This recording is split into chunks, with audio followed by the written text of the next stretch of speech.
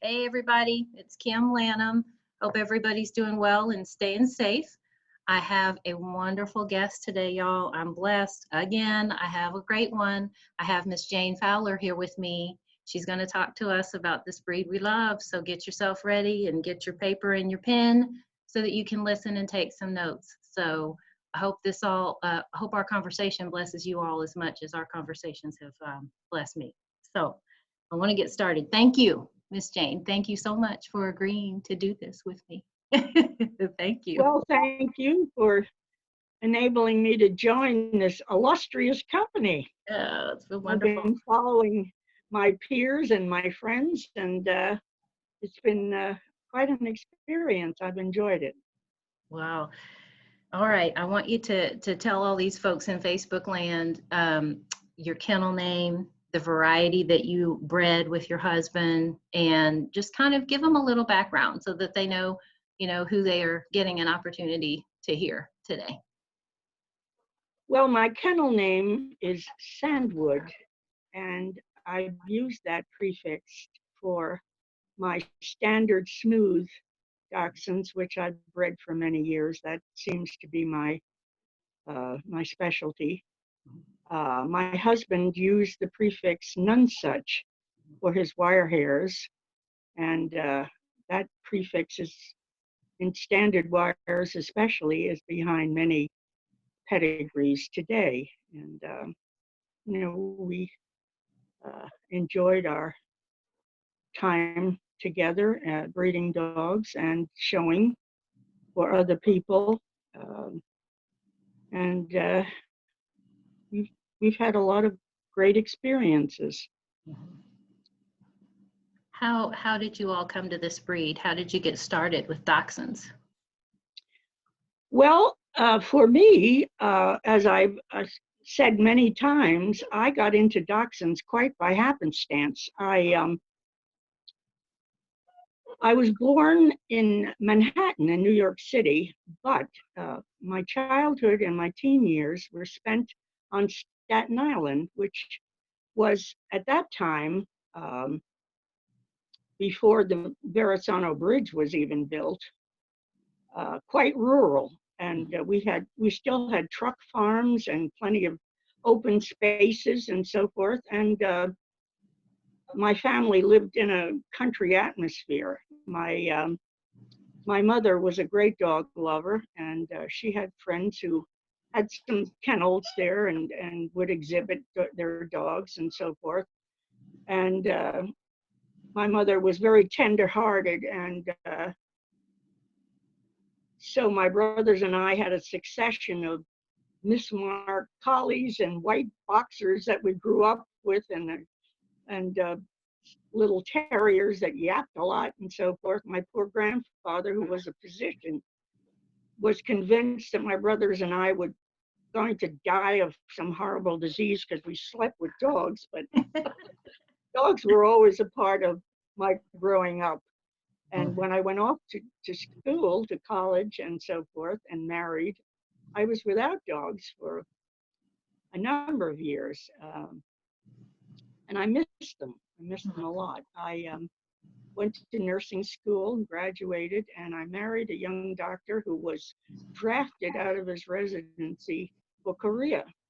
And I stayed in Philadelphia and working, and he went off. And finally, we were posted to Europe, and I could hardly wait to get back and live in the country and get dogs again. So when we were in Europe, I bought several German Shepherds from someone who was breeding them there and that I knew. And they weren't show dogs, but they were sound and intelligent, and I enjoyed them a lot.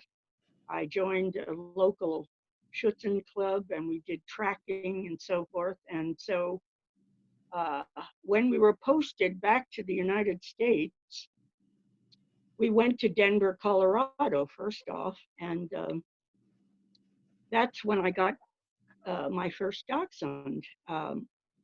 When I had two shepherd bitches at the time that I brought with me from Europe.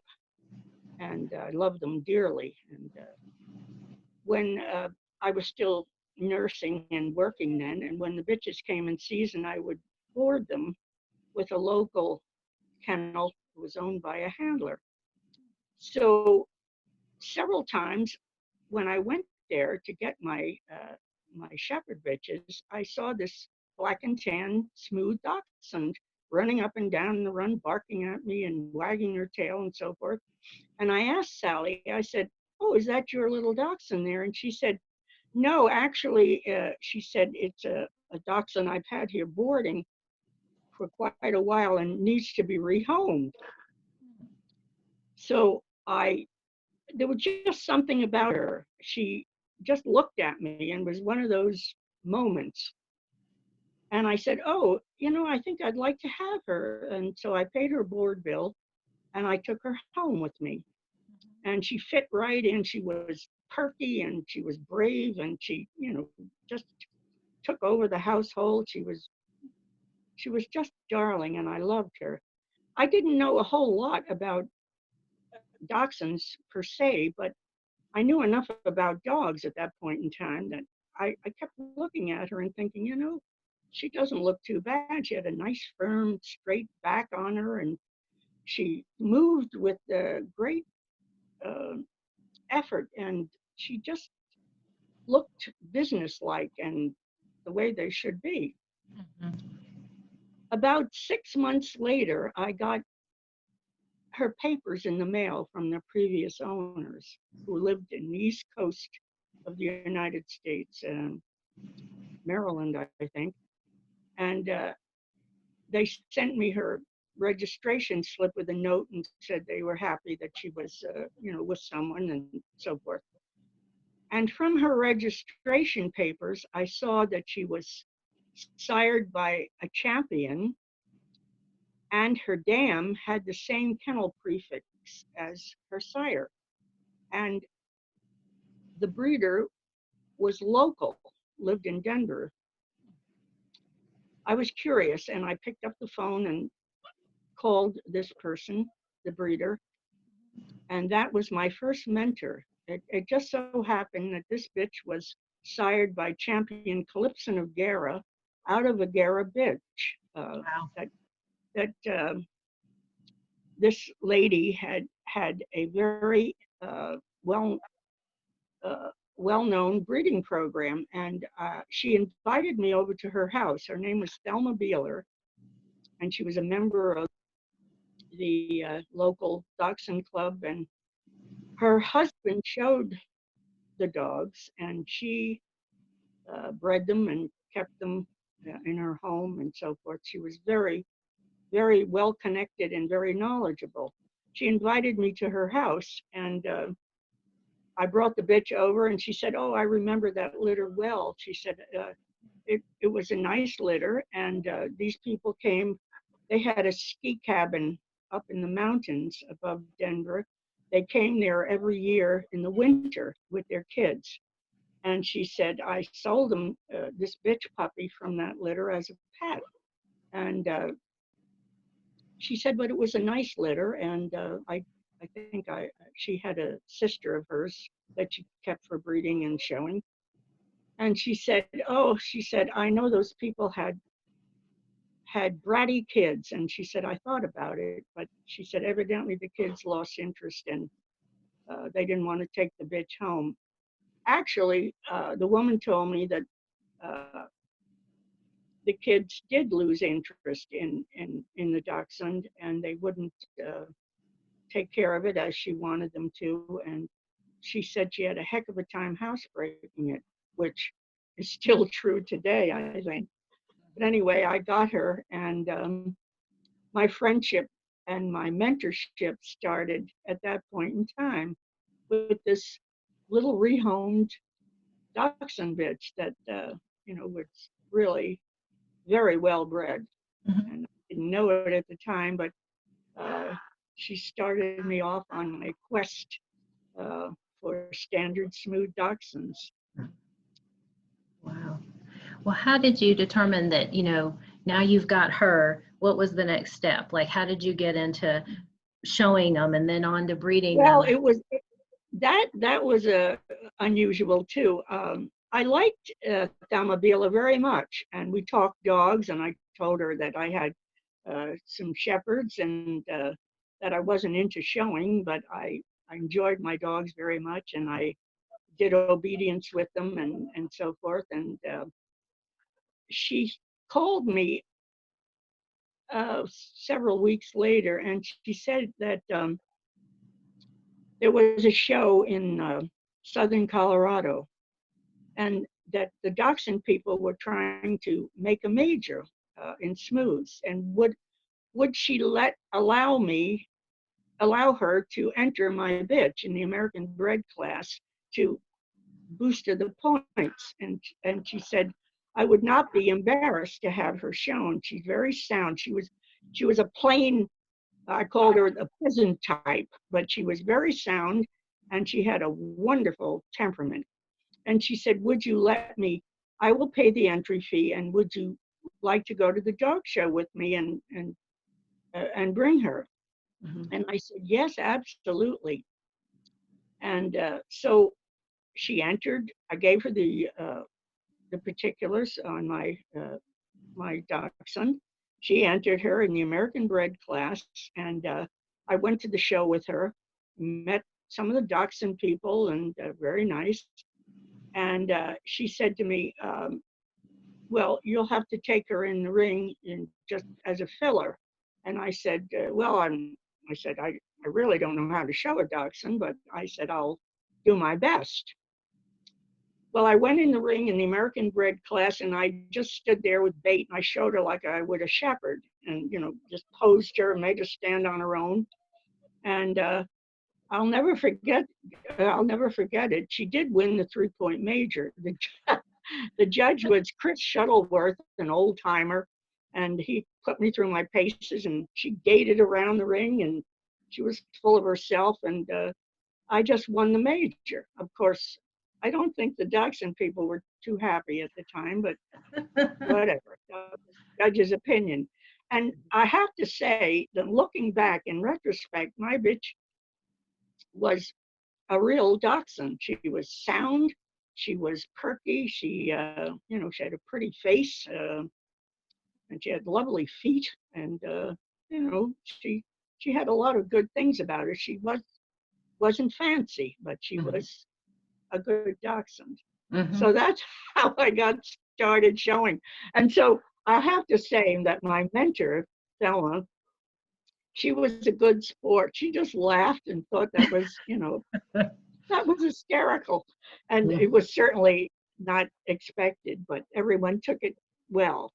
Yeah. So she said to me, I had a great friendship with her, and she said to me, I like you a lot. And she said, I can see you're a good dog woman. And she said, would you be interested in, she said, I'm alone now. She didn't have her husband. And she said, I only have a few dogs, and I'm here taking care of my mother. And she said, but I hate to lose, my interest, and would you be willing to work along with me and maybe get another bitch, or, would you be interested in dachshunds and knowing about them? And I said, yes, I would. Mhm. So that's how I started. She guided me and introduced me to all the best people at Yeah. that time Mhm. in the breed and standard smooths. She was friendly with Rose and Fred Hain, and Gene and Ray Schultes, and Harry Sharp, and Jimmy Dodge, all the important standard smooth people of that era in Mhm. my area. And Mhm. she made sure that I was introduced to them, and got I I got two brood bitches from uh, the Garras and the Hangs, and I bred them accordingly, the way she guided me, and had a very good result. And you know, I kept that formula that the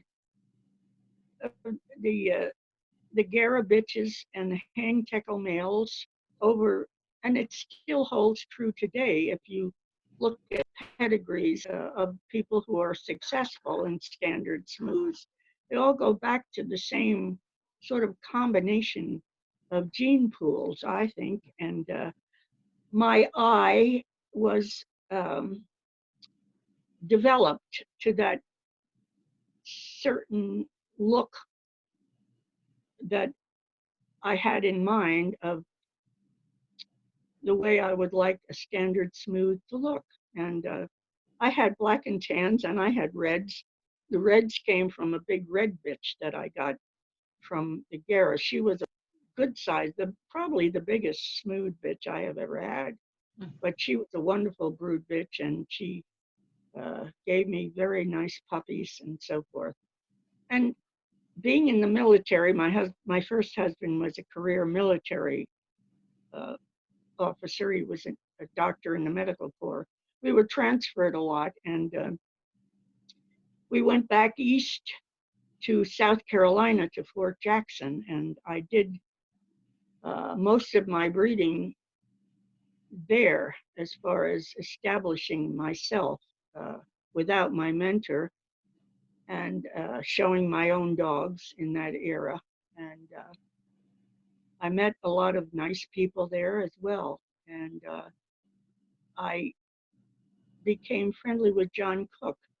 He did some judging there, and I showed a couple of my standard smooth bitches that I had brought with me from Colorado, my first two litters, probably out of my first two litters.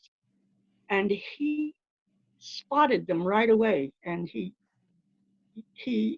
and gave me a nice win in good company.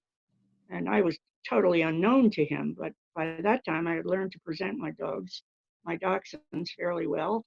And he he knew right away where they came from, and he came right over to me after the judging, and we struck up a conversation. He knew all the people that I had been mentored by, and who I'd gotten my dogs from, and we we became fast friends from that time on. And he was almost like uh, a, a father to me, and he taught me a lot of things over the years. Wow. Well, thank you so much for telling us that. What now you've got these dogs, you've stepped into the show ring, you've trained your eye. You talk to us then about your puppies. You know, talk to us about what you looked for in those puppies. Well, I always say when I'm talking to people and doing judges seminars and things, to get the picture in your mind of your ideal. So when I'm evaluating my puppies, I probably do the same thing, and hopefully you'll find the good things and that you want to accentuate in your puppies at a young age. I People say to me, "Oh, I can pick a puppy out when it's born. I can do." I've never been able to do that in all these years. I like between 9 and 12 when they're up on their feet and moving around on their own and striking their own little poses.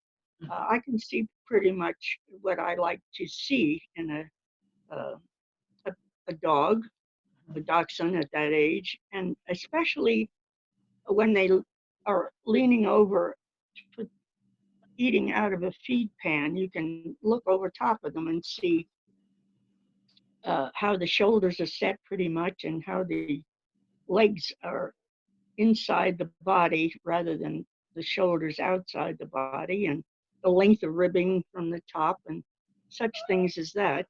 And but it depends. If you're keeping something in the litter, a male or a female, you're looking at that sex more than the others. And I think it's a good thing to sell a pet puppy between those ages because it gives them a good start to bond with their new people. Mhm.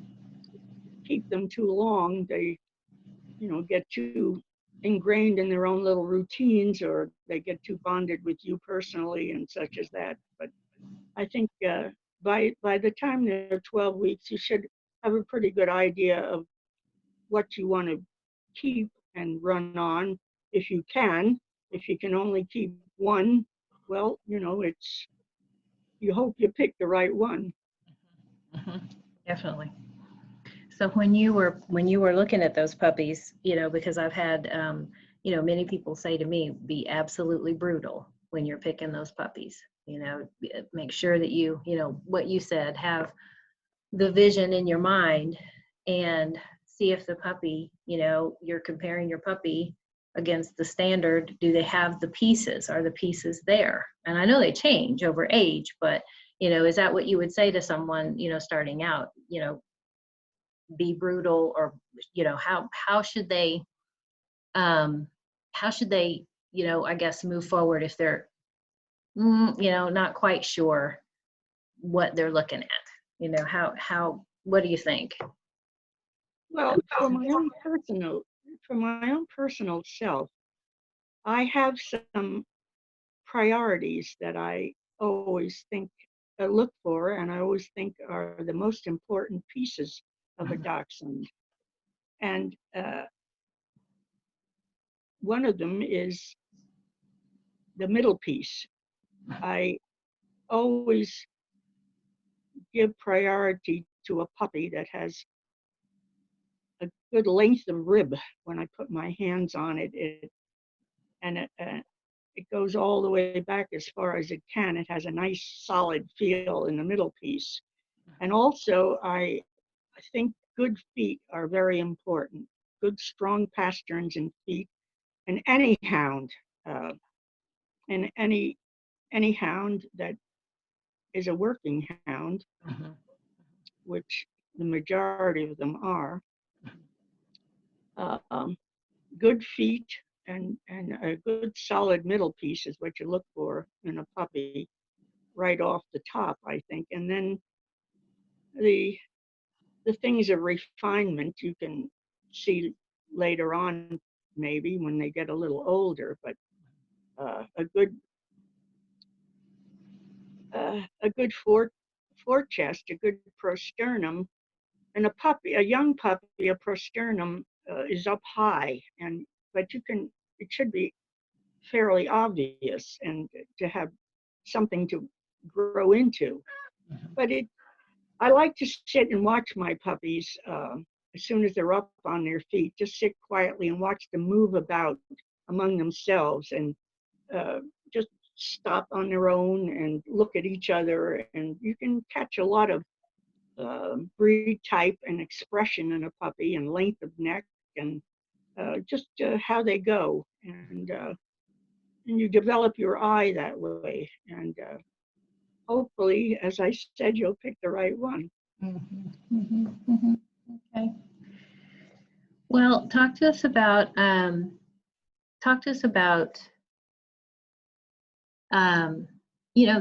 the show ring. Talk to people about how to approach that, because we've got a lot of people on that site who are Well, thinking about doing that. well, I think my situation is a little different than the average person. I was approved to judge dachshunds in 1971, believe it or not. Yes, I'm that old. But That's the year I was born. looking back on it, actually, I think that was a bit presumptuous of me at the time to apply to judge the breed, having been in it less than 10 years. However, in those days, um, I don't know why it was because I had such good mentors and I had such a good introduction to the very best people at the time, but I was encouraged to apply for my privileges at that time by my mentors and my peers. And I hadn't thought about it, but they kept pushing me to do this. And so I did put in my paperwork, and at that time, um, you you did a 3 times in-ring mentoring with a person you chose, Hmm. which I think is a very good thing. And I had some great in-ring mentoring. I chose Albert Van Court, Kippy Van Court. I chose Lee Murray, and I chose Jerry Cross. And what you did, you wrote to these people, and you said who you were and what you were, that you were applying to judge the breed, and if they were judging in an area that you could meet them, would they entertain you to be an in-ring mentor? And I got very nice responses from all 3 of them. And so I would go to the show and go into the ring with them and stand by their side. You didn't speak and you didn't put your hands on the dogs, but you stood right next to them and watched them go over dogs and step back. And then they would make a critique and they would speak to you and they would point out different things to you, and you'd watch them, their ring procedures and so forth. It was a wonderful experience, and I wish that they would go back to that, because I learned a lot by standing next to those giants of the breeds in the ring and watching them and being able to see how their minds worked and how they compared one dog to another. It was it was really a wonderful experience. And then I took my paperwork tests, and I had enough experience showing dogs and maybe finishing enough that I was approved right away with no trouble. And Mhm. each one of my in-ring mentors would write a critique after they spoke to me. And as a matter of fact, I still have all those things. I came across them not long ago when I was going through some old paperwork, and it reminded me of what a wonderful experience I had in the beginning of this Mhm. breed, and how lucky I was to be in the right place at the right time, you might say. And the giants of the breed were still active and still very much, you know, in the thick of things. Um, in 1973, uh, I married Bobby Fowler, and from that time on, for the next 33 years, we were handling partners, uh, and that was a whole other part of my life, and wonderful time, and just very unique experiences. Bobby was a genius with the standard wires, and I learned a lot by just being around those standard wires um, that he bred and was responsible for, and also showing wonderful standard wires and mini wires. And also, we had some great clients, which is a whole other world. We, if you want to touch upon that, I can elaborate more, but I want to go along with Oh, your, uh, please do tell us. Tell us what, you said you learned a lot from those wires. Talk about all of that, please. well, we started out in 1973 leasing the former kennel of Bobby's former mentor and great dog man, Frank Hardy. We leased that kennel from 1973 to 1980 in Pennsylvania. And then we bought our own place in 1980. But um, we inherited some great clients from from Dorothy and Frank Hardy. Frank died in 1967, I think, and Dorothy was alone in the kennel, and we worked with her. She was retired and semi-retired, and she had many smooths and a few mini wires, and that we kept in the kennel. And Mary Howell became our wonderful client in standard long hairs for many years, and we showed a lot of Bassets and many smooths for Dr. Thomas. There was an unsung hero of the breed, Dr. Walter Gene Thomas from Bradenton, Florida. He was controversial in many respects because he was a veterinarian to begin with, and he was a breeder primarily of smooth miniatures. He was a true breeder, in my opinion. He had the facilities and the knowledge, being a veterinarian, to keep 100 dogs or better. And he was a very informed and very curious breeder.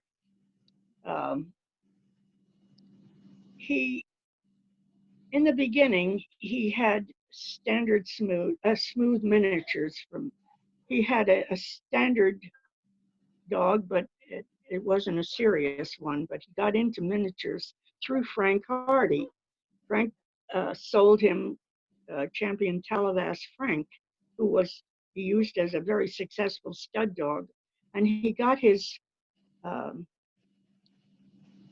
basic bitches from Billy Raffel at the time. And that combination started him on the path to breeding very good miniature smooths at the best at the time. And we showed a lot of Talavas miniatures. We probably finished over 200 miniature smooths in our time with him.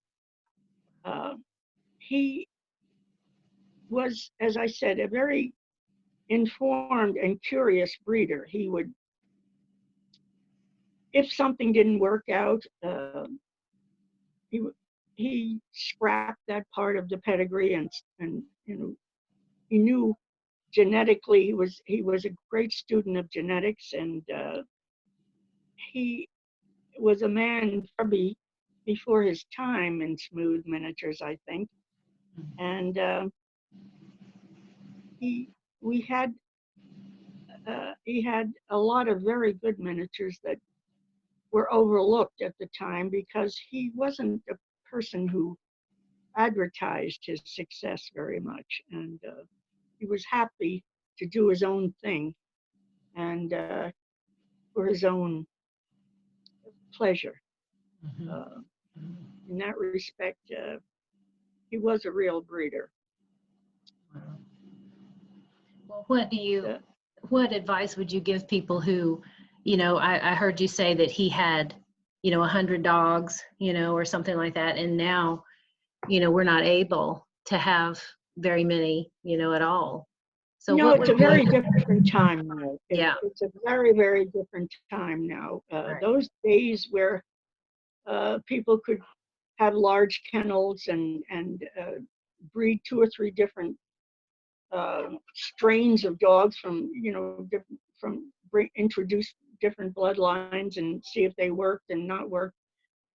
You can't do that. The best advice I can give a person today is to study. First, get very clear in your mind of your ideal breed type, regardless what size or what coat you choose. But get your ideal breed type firmly in your mind, and then study the pedigrees behind those ideal types and styles of of dog, that the Dachshund that you like, and get a very sound, basic study of anatomy and movement. For example, um, I I would recommend new people or new students to study McDowell Lyon's book, The Dog in Motion. Uh, that's a wonderful book to study anatomy and movement in, and study the skeleton of the dachshund.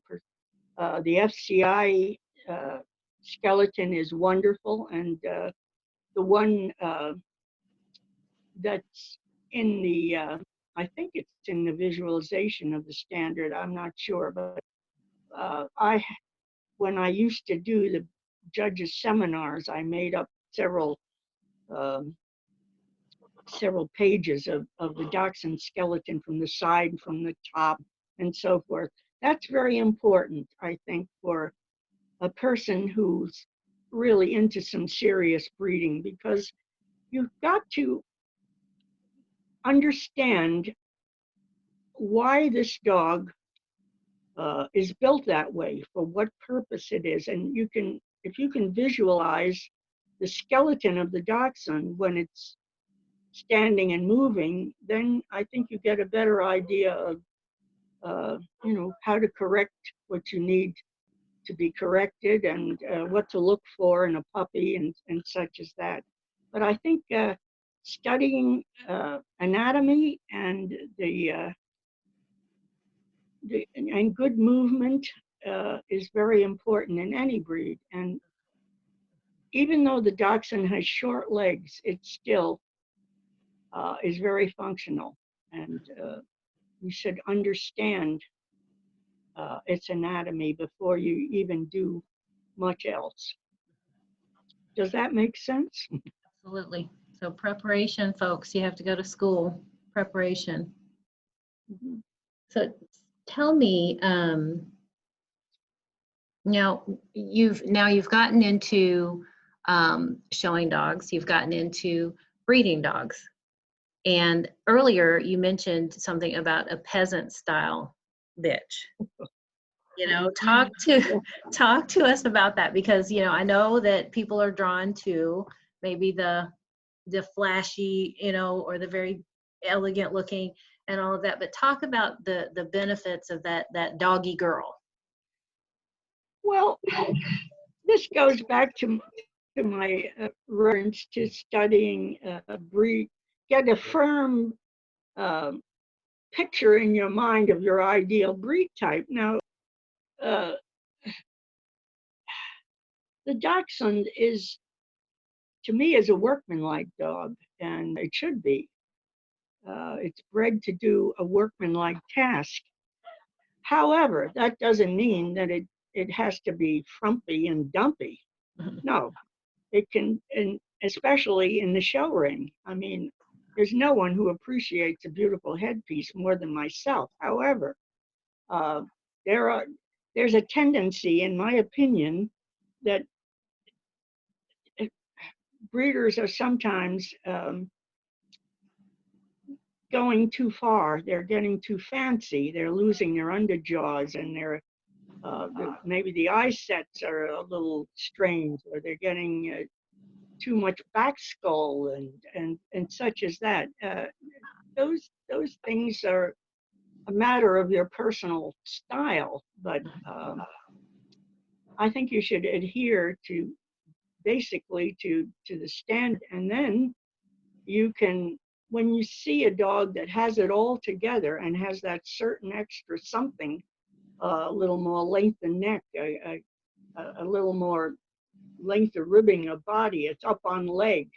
I know the standard says long and low, but in my opinion, you can get too long and too low. If you have the length but you don't have the skeletal support, you're in trouble. Yeah. If you don't have a bit of leg under a dachshund, in my opinion, it's not very workmanlike. Like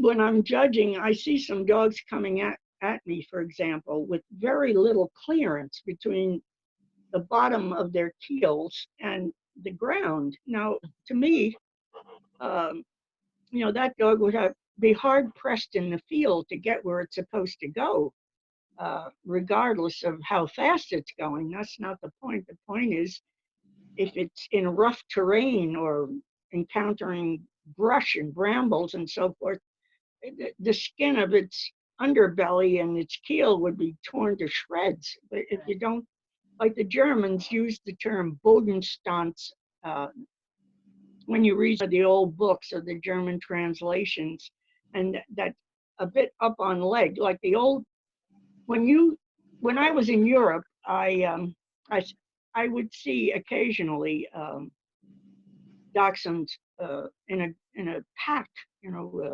German pack, and they were, I mean, they were ugly compared to our standards, but they were extremely functional. They were a bit up on leg. They were compact in body. They were workmanlike. They were ugly in our standards, but they were very efficient and they did the job, of course. That's why you have to hit the happy medium. And it's balance. When you train your eye, uh, you, you train your eye to the balance of the length and the length of leg and the length of body. And it should be uh, a pleasing. Uh, some people develop an eye and then some people don't. You can study a standard till the cows come home and quote it verbatim.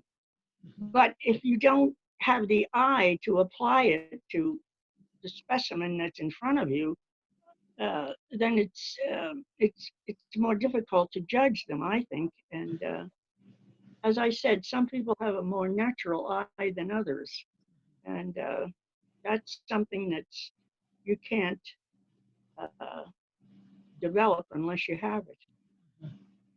Well, talk to our audience a little bit about, if they're sitting there at a show and they're watching these dogs in the ring and they see dachshunds coming at them, what should they be seeing? What should they make sure they see? Well, for me, I'm pretty much known to be a front person, so I like to see a dachshund coming at me clean. I don't like to see shoulders outside of the body. I like to see a smooth oval. And as my old mentor, Mary Howe, would say, a dachshund coming towards you should attempt in very big letters, attempt to single track. Maybe this comes from my old shepherd training, but should attempt. And that means ideally the weight of the short legs should attempt to come to the center line of the body and not pound from one side to the other. This is usually indication of a shorter upper arm or an ill-placed shoulder. But if you see a dachshund coming towards you with a smoothness and reaching out towards the center line of gravity, that dog probably has a very decent shoulder placement and a better length of upper arm to compensate that. And coming towards you, you can see it in a side gait. You can see it as well. You can see the dog reach out and come. I find that sometimes it's distracting when a handler strings a dog up too much. If you let the dog's head and neck come where it should, then the leg should reach out almost to the end of the dog's nose. And you can see that in when the dog goes around a side gait in a natural way.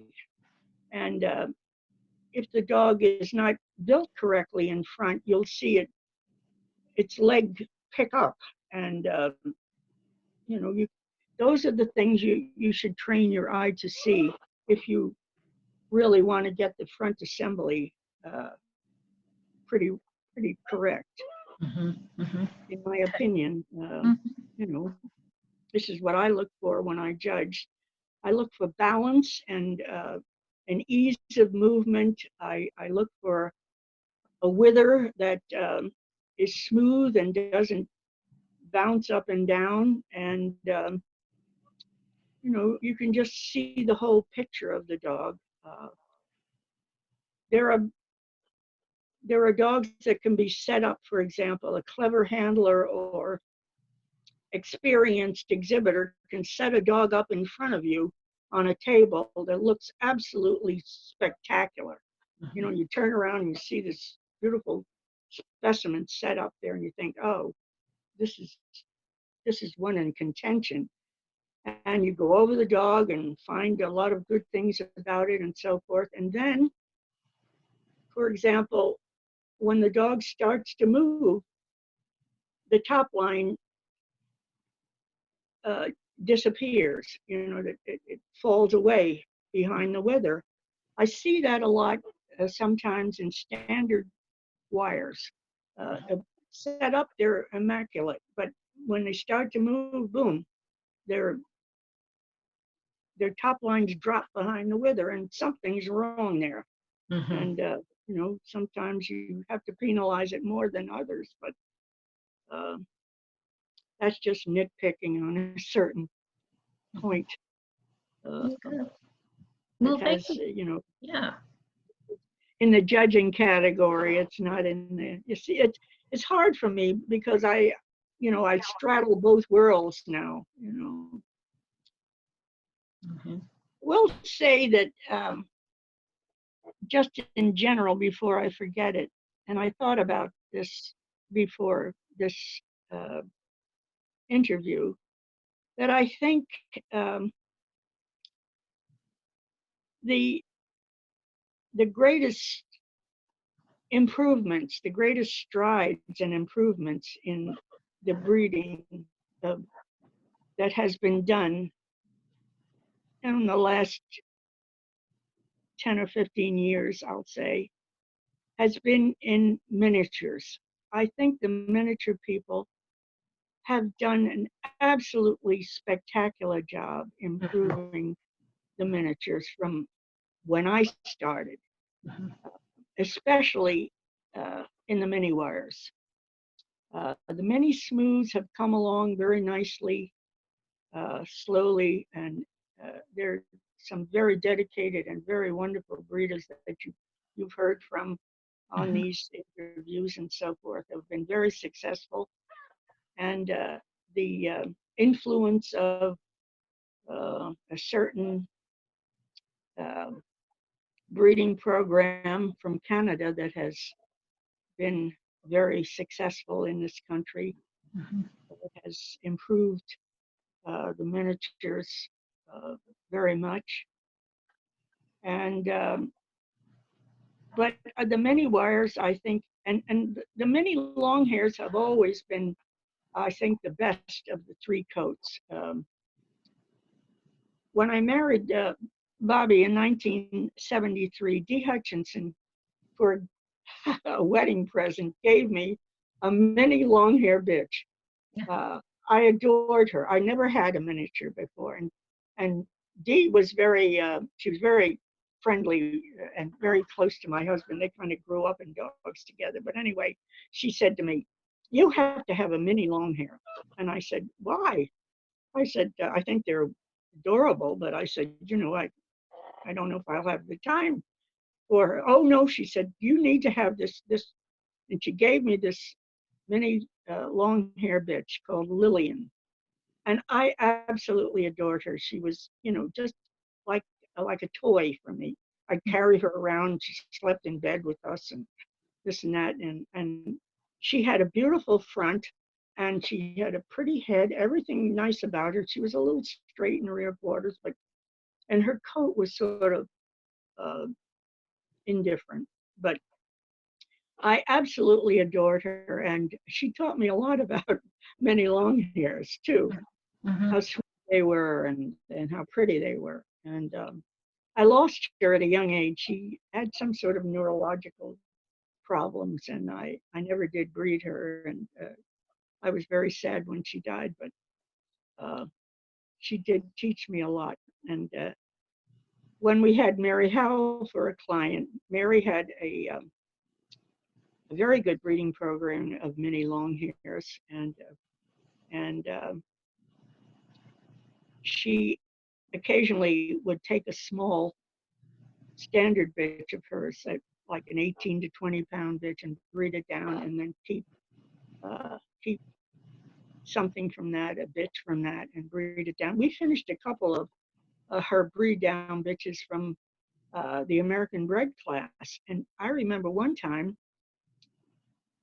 uh, we had a she had a really beautiful. She must have been about 13 pounds. She was a spectacular breed down bitch. Oh, she just took your breath away. Mm-hmm. Wow. And my husband was adamant about finishing her from the open class. He said she would be wasted in in an American bred class, and he said I'm going to just put her right in the open class where she belongs because she's so beautiful and so correct. And we finished her from the open class, a 13-pound breed down bitch. She was so lovely and she moved so beautifully. And of course, uh, she stuck out. A 13-pound bitch in with 18 and 20, 22-pound bitches. And Mm-hmm. he would, he always knew what judges to show her under, that she wouldn't Mm-hmm. be penalized for her size, or she wouldn't be a surprise to a judge that probably wasn't sure of themselves. But she finished from the open class, and she went on to produce some very nice miniatures for Mary. I remember that. But there you go again. I mean, you have to know your dogs and know what judges you have respect for, and who know the breed or interested in the breed. Um, so many of the breeder judges that I showed under as early in my career are gone now.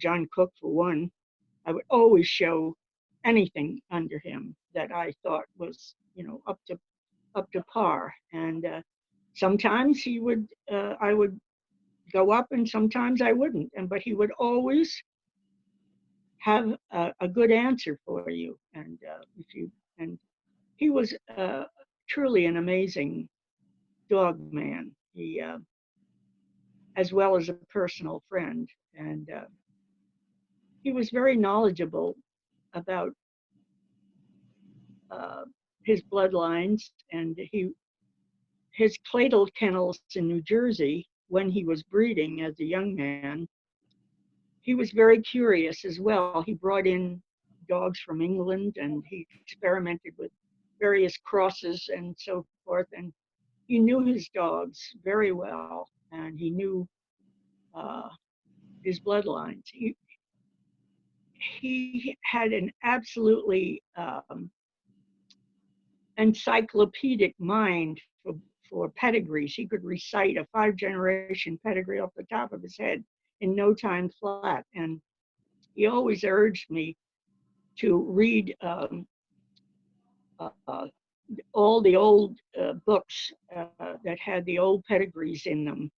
Stayer from England, and the all the original Marie and Lusk pedigrees and so forth. And those those were very important for me to read. And I can see where the pattern of the breeding that I did followed through on those old pedigrees, and the pictures of the old dogs. I could see my own dogs uh, gentrified in them uh, over the years, and it's very interesting. That's why I always urge anyone who really wants to be a breeder, to study the old pedigrees and what combinations work to form the picture that they have in their minds of the ideal and so forth. And this is nothing new. I mean, people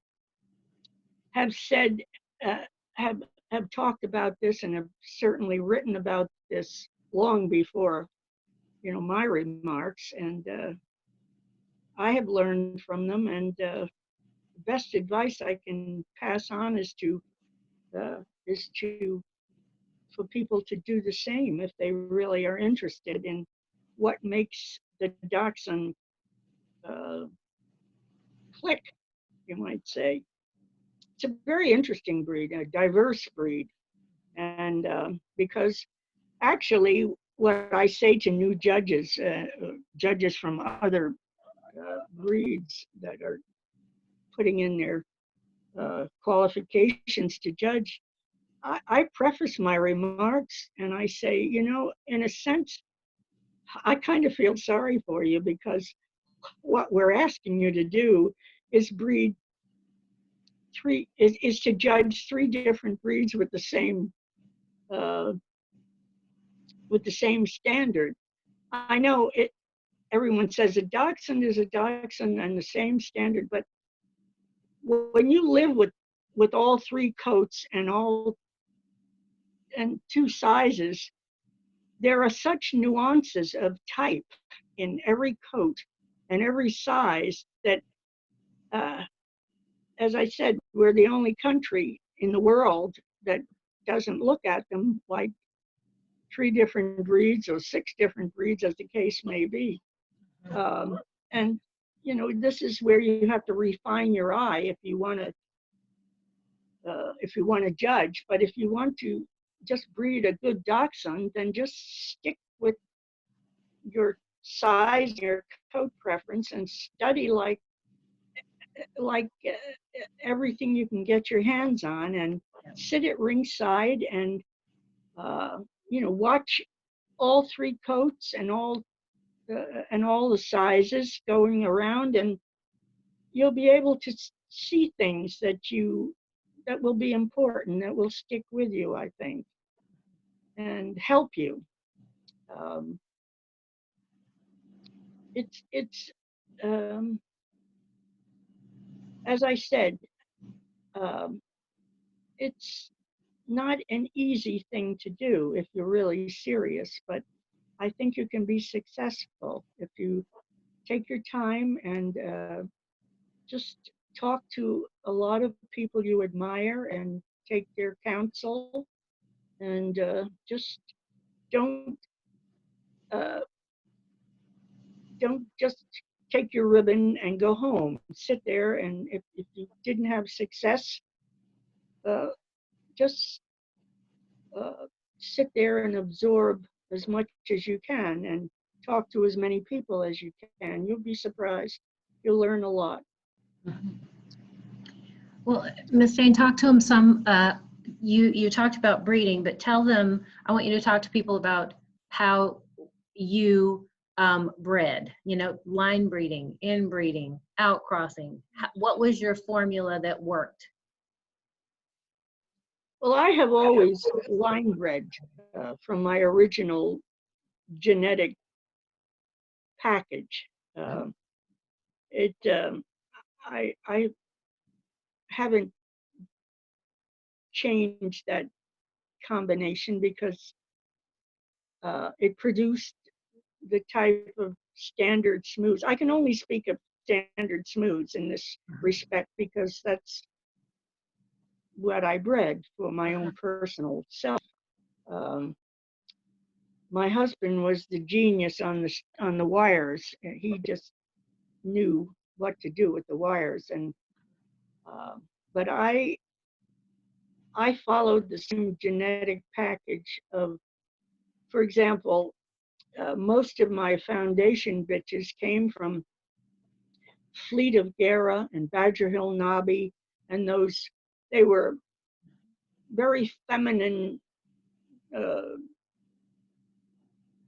type bitches, and they were they had lovely shoulders and lovely fore chests, and they had good ribbing on them. And then combined with the hang tickle males from the old Marie and Lust males, that is the combination that was successful uh, for the Hanes and for the Schulteses back in the day when I started in the 60s, in the mid 60s, when those dogs were in their heyday. And my eye was trained to that type, style, however you want to say. And that to me was the beauty. And I can see it today. The dogs that are successful, the standard smooths that are successful, um, today seem to have that same genetic package. When you look at the pedigrees back, if you follow their pedigrees back, uh, even 4 or 5 generations, you'll see that. For example, when I came east from Colorado, I brought with me, say, 3 or 4 bitches that I had bred in Colorado with my mentor, that uh, combination. And I I saw in the Dachshund magazine at the time that Bill Nixon um had made a breeding um that interested me a lot, and I knew who he was, and I admired his dogs, and I called him up, and he published the pedigree in the magazine and said he had this litter, and there were so many bitches and so many dogs in there. And I called him up and I told him who I was, and that I had these bitches from California breeding and so forth. And I said, I saw your pedigree, and I said, I really want a male dog from that litter as a stud dog for my bitches. And he was very nice. He was a genius uh, on, genetics. And he said, "Oh, I'd like to meet you, and you sound like you're really someone I would like to talk to."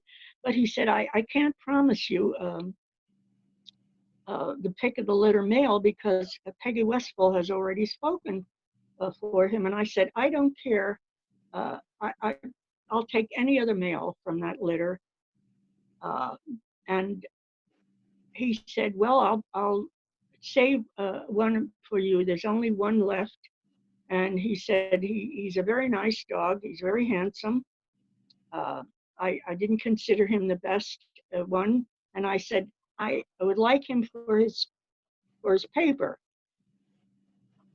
What I was interested in, his pedigree was almost a mirror pedigree. You could fold the bottom half and the top half, and they would be the same pedigree. There were litter sisters bred to litter mate dogs. Litter sisters on the bottom bred to litter mate dogs, and they were fleet of Gara bitches. One was so sweet, von Westphalen, and her sister, sweet and lovely, and they were bred to Dunkeldorf's, Tommy Dunk's son and his brother. Um, Her the names escape me. I must be having a senior moment. But anyway, they were mirror pedigrees. Yeah. Litter sisters bred to litter mate dogs, and you could fold them, and that was the combination I was working with. The fleet bitches and the Marie and Lust dogs. And I thought, this is what I have to have. Well, I got that dog, and he was one of my favorite dogs of all times. I adored him. His name was Nixon's Double Concerto, and that's why I called him Double Concerto, because of his pedigree. And he was a very successful stud dog. He was a bitch producer, essentially. I mean, he produced absolutely gorgeous bitches. I mean, they were just for me and for other people. Um, Several very successful bitches. A bitch called Sandwood Musette won the variety at Westminster, and she was a top bitch that year. They were my type of bitches, you know, like in a 20-pound range, very clean and very feminine, beautiful shoulders on them and lovely movement and so forth. And he never failed. And like my husband would said one time, a lot of people read to him, they all got pretty good results. My husband said, I'm telling you, the success of a great stud dog is you can breed him to a knothole and he produce a good bitch, you know. that was that was his way of describing a successful stud dog. But anyway, he was very important in my breeding program and he lived a long time. He was my pet and you know, my house dog, and he you know, he had a ironclad top line and a terrifically strong rear end. He had lovely bone. His head was very beautiful. A lot of people, oh, the head. To me, he could have had a little more underjaw, and his front wasn't perfect. It was very adequate. I would have liked a little more forechest on him, but you know, he did not produce himself. He produced his pedigree, and he was, as I said, a very important stud dog for me um, in smooth standards at the time and at the place I was at. And this was, oh, I would say, in the uh, mid 70s to the 80s, in that area of standard smooths. There were a lot of good dogs out at the time. It seemed to be a good time for standard smooths. There's a lot of competition. Well, talk to us about faults. Since there's no perfect dog, talk to us about faults, especially in terms of breeding. What can you live with and what should you say, no, can't take this forward under any circumstances? Well, you're talking to me about my breeding personally. Well, and just, as yes, and also advice for those going forward, because I think, I hate to see people make the mistake of hanging on to something with a fault that is really quite serious. It's going to be hard to correct if Well, you're able to correct it at all. That that to me isn't really equitable, because if you're in that position, then you're not doing a good job. You should be very secure in your evaluation of the standard. And if you have a serious fault Right. according to your standard, then that dog should be eliminated from a breeding program immediately, like what I consider an overshot bite, or a very short keel that stops between the front legs, uh, a very bad cowhock rear end or something. But those, I mean, hopefully, if you're breeding Dachshunds, you wouldn't have. Hopefully, you wouldn't have to make those decisions in the first place. But if you are getting a preponderance of those faults, then you're not on the right track. I think you should, start with over. something else. Start over. Or just to make sure that you understand the standard and you're evaluating your own dogs, correctly. And that's why I think studying pedigrees and anatomy and movement is so important, because if you're running into those kind of troubles, you're not going to be successful in the show ring. I mean, unless you're just breeding pet puppies or something. But to me, if you're a real student and hopefully having a good producing breeding program, then you you really have to start with the very best bitch you can from a breeder that you admire, regardless of if it's miniature or standard or a wire or a long hair. Uh, Pick out uh, a, a breeder and whose stock you admire, who you think is what you're looking for, and go from there. And hopefully, you won't run into too much trouble. Yeah. But observation and study is your best bet, I think, in that respect. We'll talk to people about temperament. How important is temperament? Well, you know, it's long been talked about that the standard smooth is the most neurotic of the three coats. I mean, the long hairs are sort of sweet and happy-go-lucky, and the wires are um, smart and observant, more, because they that's what I mean by the nuances of type. Um, the temperament, and I can only speak of my own experiences with standard smooths. To me, a standard smooth is just not the warm and fuzzy type. I mean, they're not these happy-go-lucky, tail waggy things. I don't think the Dachshunds are. Maybe that's what I like them so well, because they're sort of like German Shepherds in temperament. They're smart and they think and they figure things out, and they respond to discipline and order. Right.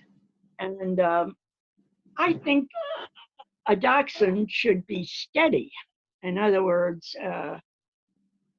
they shouldn't be shy and scuttling behind someone's legs when strangers come in. But so many times, like if you have a shy dog in the ring, for example, maybe it's a result of its upbringing, its exposure as a puppy, or how it was brought up, or where it came from. Yeah. If you have a temperament problem, and I would never breed a bitch who was a biter, for example, that you couldn't, reckon with and get to handle and watch it. I would never breed from an ill-tempered bitch, for example, because I think that she would pass that on to her puppies. But showmanship. I when I'm judging, I don't penalize a dog that is sort of quiet and withdrawn, in a sense, on the table. As long as it stands for examination, and you can pick up its chin and look at it in the face, and it stands there and looks at you, especially a wire. Like a wire, you look directly at you, and sometimes they give you a look like, don't come any closer or something like that. I can accept that, as long as the dog is steady and, accepts your examination and so forth. The bitches that I've had have all been pretty, they were good mothers, but I mean, dachshunds, like the one I have 3 bitches here in the house. I have one that if a leaf blows in the front yard and falls off the tree, she's going to rush to the front door and bark at it. then I have the other two who are closely related to her. You know, they'll look out and say, "Oh, a leaf is falling off the tree and it's hit the ground." Well, that's nice, and they'll go back, you know, to Yeah. their beds. But Yeah. Mhm. it's it's an individual thing. Dachshunds, I don't think you can say give give a cover to temperament in a dachshund. I think a lot of factors are involved there. Genetics, of course, but also their exposure and how they're, you know, what sort of atmosphere they're raised in and such as that. I think it's an individual thing for the most part. I don't think you should consider breeding to a, a very uh, aggressive type dog or bitch. I mean, if it's really nasty, that's not, you know, it's not typical. Mhm. That's not typical at all. You know. So talk to people about health. What does health mean, to you? Is it just the absence of disease, or what is health in this breed? Well, I'm happy to see that there's a uh, the parent club is now going to mandate health testing. I think that's very important with certain things. Fortunately, I haven't had a whole lot of problems health-wise with, you know, in my little genetic package there. Um, I if I see that there are certain sizes and coats that seem to have more problems in certain areas. For example, the mini wires with the problem of Lafora in certain bloodlines that and the wonderful job that the many wire breeders are doing along those lines by health testing for that factor in their breeding stock. And also, years ago, I remember when the eye problems in the mini long hairs were getting to be very noticeable and out of hand, that the many long hair breeders, had screening for PRA and eliminating certain strains of dogs that seem to be prevalent with that problem and so forth. And for example, there was a certain bloodline in standard long hairs years ago that seemed to have a preponderance of disc disease. Um, and that was worked around, and that person stopped breeding entirely for one reason or another. And it seemed to help that problem a lot. Once that particular strain was eliminated from the breeding, uh, uh, the breeding, uh, it it helped a lot with disc disease in that standard long hairs. Mhm. I uh, I think you should, if you have a known factor, for example, of uh, a strain of dogs doubling up on certain bloodlines that you know are going to give you seizures, that you should steer away from that and, you know, try to readjust your gene pool Mhm. to a different area and not double up on a dog, for example, that you know that's in your pedigree that is a known epileptic or that or has siblings that have had that problem or something. You know, you just have to use your common sense, and you can't just scrap an entire bloodline just because of one or two individuals. You just have to make sure that you're aware of it, and you know, you breed around it. For example, I I mentioned that I think the mini wire people have done absolutely a spectacular job in the last 10 or 15 years by uh, standardizing breed type. Mini wires, when I first started, were uh, a mixed bag. You know, a lot of them were uh, had big round goggle eyes. They had kind of coarse heads and indifferent coats. You know, a lot of yellow, reddish yellow, long, soft coats, and they had, you know, they just weren't that attractive. But over the years, these very good breeders have pretty much standardized that, and a lot of it has been the advent of bringing in dogs from Europe.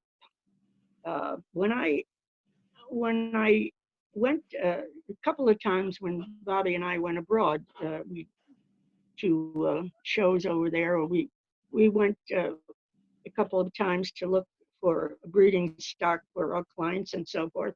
Mm-hmm. I was very impressed by the mini wires I saw in you know, at Crufts, and at and we finished quite a few that were sent over like from Drake's Fleet and this and that, and I think they improved the mini wire type here a lot. And our client, Dr. Thomas, for example, he got interested in mini wires, and he imported some dogs from Holland, uh, um, from the Rascal Farms kennel in Holland. The first dog came directly to us, and um, I was crazy about him. He was a wonderful dog. He was square like a box. He had a beautiful rear end, top line. He had a terrific personality. His head was, you know, not too fancy, and his coat was a little bit on the open side, but he had a gorgeous middle piece on him and a beautiful front. He was had bone. He was a small package, but he was, you know, real solid, and he did he did a lot. His name was the Rascal Farm Gauguin, but we called him Rascal. And then a couple of years later, doctors brought in this Irco Polo dog that's behind a lot of the mini wires today. And he was a size reducer. He was very small, and he produced, you know, he would reduce size if you had a problem there.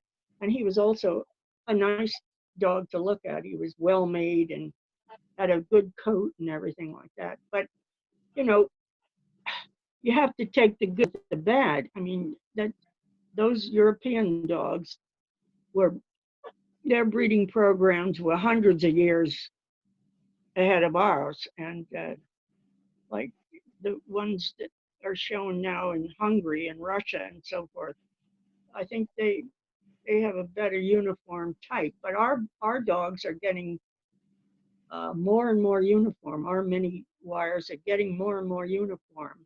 Mm-hmm. And they are getting really, really nice, I think. And I give all the credit to those breeders who are doing a great job with them.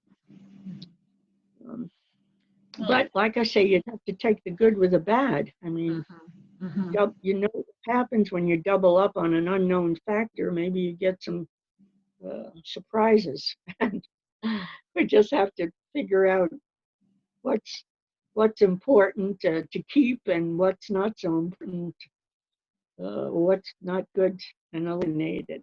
So then is breeding an art, or is it a science, or is it both? Well, I think it's both. Basically, it's a science, but it's the artist in the breeder that really puts the finishing touches on their product, I think.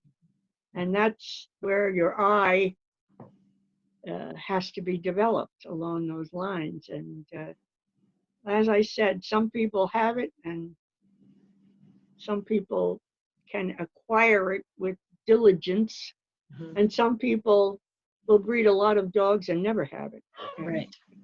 Right. and never uh, accept it. Mhm. They'll just, be, I guess they call it kennel blind, and Mhm. Mhm. people usually are not terribly successful and usually fade out after a number of years. It's the people who stick with it and establish a firm base and a good pattern to work from. Mhm. Uh, for example, when in the early 70s, standard wires were not as uniform uh, in breed type as they are today. I think, today we have some absolutely stunning standard wires. But in the early 70s, uh, standard wires was still like evolving from the older dogs that they had to work with. And my husband was a genius at being able to put dogs together. And there wasn't always line bred either. I mean, he just had that. He had a natural eye for a dog of any breed. He was Mhm. he was just a dog man because he was basically a farmer. He was raised, behind a cow, and his father was a herdsman for a big uh, dairy farm in Virginia, and he was raised in the country with animals and uh, showing cattle and cows since he was a boy. He was just a natural dog man. And he, for example, in the early 70s, you had Peggy Westfall and Dee Hutchinson and her mother. They were dabbling into standard wires, like putting pedigrees together. We still had a lot of smooths behind them because of the advent of the hang tickle crosses to the old wires that came from California. You would get some standard smooths from the wires. But anyway, but those those breeders were passionate about their what they were doing, and they they would try different combinations to see which would work the best. Like and they produced top stud dogs like Shillelagh, and then when Hobgoblin came in from England with heavy Swedish breeding and so forth, and that sort of cemented everything together. And then they did a brilliant job with those standard wires. And now you can see litters that almost breed true, and you don't get this diversity of type and coats like you used to. It was hard work, and there were a lot of disappointments. But by the same token, they stuck to it, and they came out with the right type of thing to go on with. So I think that's pretty much what you have to do. Well, what do you see the future looking like for this breed? What do you see? Is it looking positive? Where do we have to go with it? Well, I think, as I said, I think it's very positive. I would like to see. I think the miniatures have done a brilliant job in all three coats, and I think there's no problem. They seem to have a handle on it, and they're doing very well, especially the mini wire people. And I I don't know so much about the standard long hairs. They are the glamour pusses of the breed. They always have been, and I think for the most part they are okay. I would like to see sometimes see less emphasis on the glamour and like little stronger rear quarters on them, or little more of a more compact breed type sometimes. And the standard smooths, I think, are getting better. There was a time when I wasn't terribly happy with them. They seem to be getting too overdone in with their headpieces getting too refined looking, too borzoi looking, and with lack of underjaw. I saw a lot of it seemed to be such a diverse breed type. You'd see a short, coupled, low to the ground, kind of chunky type standard smooth, and then next to it, a big, long, overdone looking dog with, straight shoulders and very little fore chest, and they were all over the place. I think gotten a little better in the last couple of years, and by virtue of the fact that my husband and I were handling other people's dogs, I didn't do a whole lot of breeding, during those years. The breeding that I did at home were mostly for myself. And if I hadn't had the wonderful people that I had taking care of our dogs at home, I never would have even had, those litters. But I had a most amazing kennel manager who herself was a brilliant standard smooth breeder. Her name was Coletta Kinch, and she worked for Clara Jean Davis, and she was a very, very conscientious and very knowledgeable standard smooth breeder and she knew the old bloodlines, and she was absolutely wonderful. Raised my puppies, and we consulted each other on breeding matters, and her counsel was absolutely wonderful. And the most successful dogs that I bred during that time were because of her. Wow. And her knowledge and her care. We had wonderful help, and that made everything so much easier. And when you're on the road over 100 shows a year, and it's hard to have your own breeding program. I was very fortunate to have her.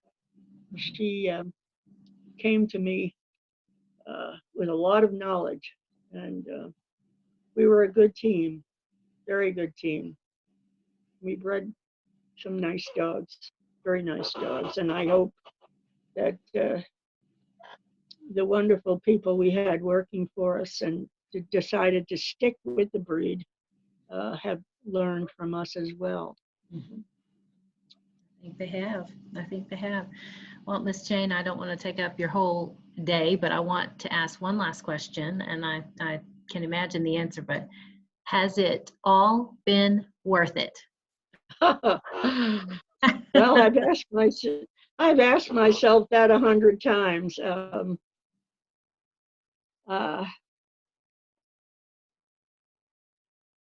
When I decided to chuck my formal life and go to the dogs, as the saying goes, I mean, my whole life turned around. It was nothing from my decision to go into dogs, and that was because I married a dog handler, and we had 34 years together before he, died. My whole life changed, but in some respect, it changed for the better. I I gave up my profession and a lot of other interests of mine. But the people that I've met, the friends I've made, and the wonderful dogs that have come into my life and gone out of my life, I can't equate the, the good times. They just, I think it's been worth it. Um, and you know, it's just a passion that you develop, and you just go on with it and hope you can impart some of your knowledge to other people if they so decide that uh, you know, you want to do that. And as I said, it's the people, the friendships, and the thrill of watching a dog that you produced be successful. I think it, in most respects, it's been worth it. Well, thank you. Thank you for talking to me. Thank you for working with Zoom to make it happen. I appreciate that. This is a first for me. This is definitely a first for me, and you know, I never thought I'd be doing such a thing. As I said, you know, what I say or can have said has been said so and written about so many times before by so many people uh, that I consider much more important in this breed than myself. Uh, and I have benefited from that, you know, from reading their books and talking with them and so forth. What I've said is nothing new. I mean, it's like I said, it's been said 100 times over in so many different ways, and written and spoken. And I just have to give all the credit to my mentors, the people who have come before me. You know, the breeders like Mary Howell and Dr. Thomas and Peggy Westfall and Nancy Onthank and you know, John Cook, for example, who was to me the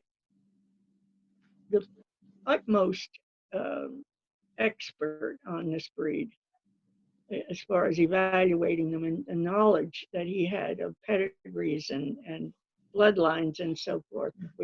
All of us who were exposed to John learned a lot from him.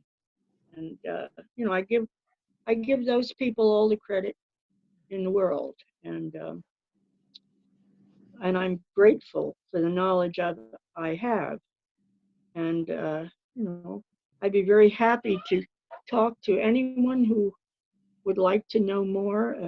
And I hope that we have dog shows soon. This has been a terrible year, and we're all suffering from it, and from one way or the other. And it's just something we have to get through. And Right. I think we'll be okay.